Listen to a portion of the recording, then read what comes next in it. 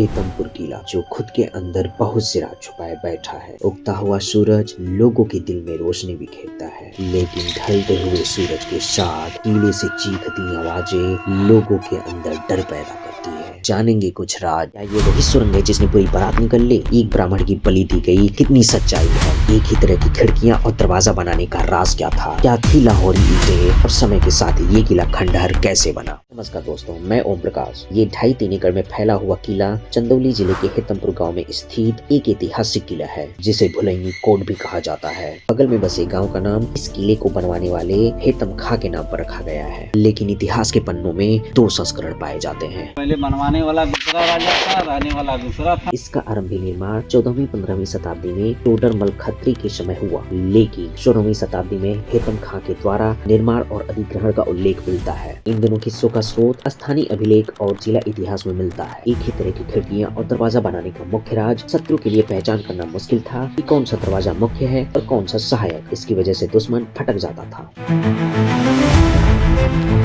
कुछ लोग मानते हैं उस समय इंडस्ट्रियल टूल्स नहीं थे, सारा काम हाथ से होता था, इसलिए एक बार पैटर्न बन गया तो उसी को बार बार इस्तेमाल करना आसान था। ये डिजाइन सिस्टम उस समय प्रचलित था। हर रियासत का अपना एक आर्किटेक्चरल स्टाइल होता था। मुगलों के किलों में कमानी दरवाजा, जाली, मेहराब द्वार प्रसिद्ध थे। कमानी दरवाजा मेहराब द्वार मिलता जुलता है, जिसके ऊपर का हिस्सा गोल या आधे चांद के समान होता था। मुगलों ने ये डिजाइन पर्सियन सेंट्रल एशियन कला से प्रेरित होकर अपनाया था। कमानी दरवाजा का शेप फिजिक्स के हिसाब से सबसे स्ट्रॉन्ग स्ट्रक्चर होता है, इसलिए सदियों तक खड़े होते हैं। जाली संगमरमर या लाल पत्थर की चादर होती थी, जिसमें से हवा आसानी से गुजरती, लेकिन धूप नहीं। अंदर से बाहर आसानी से देख सकते थे, लेकिन बाहर से अंदर नहीं। ऐसे कुंड पानी भरने या स्नान के लिए होता था, जो सैनिकों के लिए बने होते थे। दीवार के ऊपर वॉच वॉक वे, जिसे परकोटा कहते हैं, होता था, जहाँ सैनिक पहरा देते थे। कहा जाता है कि जब किले को बनवाया जा रहा था तो किले की दीवारें बार बार गिर रही थी। तो फिर ऐसा क्या हुआ था कि दीवारें 21वीं सदी तक सुरक्षित खड़ी है? जानेंगे यहाँ के लोकल लोगों से। उससे पहले लाहौरी ईंटें पतली, सपाट और लाल रंग की पकी हुई मिट्टी की ईंटें होती थी, जो शाहजहां औरंगजेब के समय बहुत प्रचलित थी, इसलिए इन्हें बादशाही ईंट भी कहा जाता था। इससे बनी दीवार लाइटर और स्ट्रॉन्ग होती थी, इसलिए उत्तर भारत के अधिकतर किलों में इसी ईंट का इस्तेमाल होता था, चाहे वो रामनगर का किला हो या चुनार का, चाहे लखनऊ का इमामबाड़ा हो या जौनपुर का शाही किला। इन ईंटों की माप 741 में होती थी।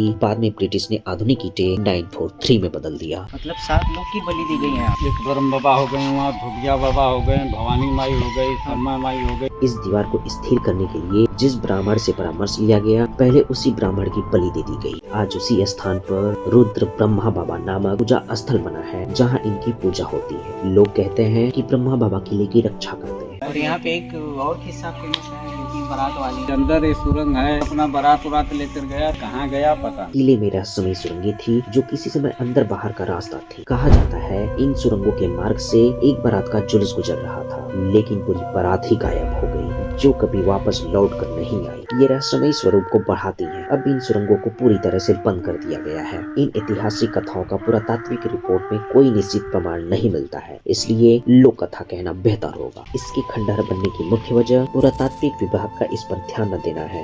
ये किला सारनाथ सर्कल के अंतर्गत सूचीबद्ध किया गया है, जिसका उल्लेख मिलता है। टूरिज्म को बढ़ावा देने के लिए अक्टूबर 2019 में सारनाथ पुरातत्व विभाग ने निरीक्षण किया था। मरम्मत और रखरखाव की खबरें आई थी। यदि संरक्षण होता तो टूरिज्म को बढ़ावा मिलता और यहाँ के लोगों को रोजगार। आप इसके बारे में क्या सोचते हैं? कमेंट बॉक्स में जरूर बताएं।